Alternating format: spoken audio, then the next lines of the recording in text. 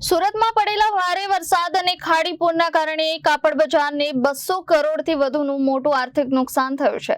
સતત વરસેલા અતિ ભારે વરસાદે સુરત શહેરમાં 85 વર્ષનો રેકોર્ડ તોડ્યો છે।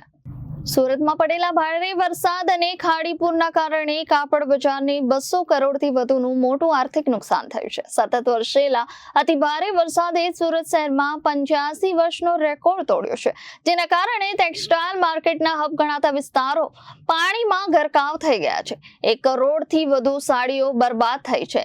રક્ષાબંધન અને આગામી તહેવારોના સિઝન માટે વેપારીઓએ કરોડો રૂપિયાનો નવો સ્ટોક એડવાન્સમાં ભરી રાખ્યો હતો, પરંતુ અંદાજે 100 જેટલી કાપડ માર્કેટોના બેઝમેન્ટ અને ગ્રાઉન્ડ ફ્લોરમાં ગંદા પાણી અને કાદવ કીચડ ફરી વળતા આશરે અંદાજે 1 કરોડથી વધુની કિંમતી સાડીઓ અને ડ્રેસ મટીરિयल સંપૂર્ણપણે નાશ પામ્યા છે। क्या परिस्थिति है? परिस्थिति तो बहुत खराब है।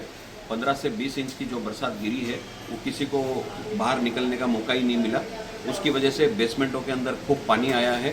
एवरेजली 2.5 से 3 फीट से लेके 7-8 फीट तक का पानी मार्केटों के बेसमेंट में आया है और उसकी वजह से लोगों के दुकान के अंदर का माल, उनका फर्नीचर, ये बड़े पैमाने पे नुकसान हुआ है। लाखों में नहीं, करोड़ों में ये नुकसान हुआ है। रूटीन में कितना नुकसान है? रूटीन का व्यापार तो पिछले 2 दिन से जो ठप पड़ा है, एवरेजली 150 से 200 करोड़ रुपए का टर्नओवर था, वो टर्नओवर रुक गया है। ब्यूरो रिपोर्ट, जनादेश न्यूज, सूरत।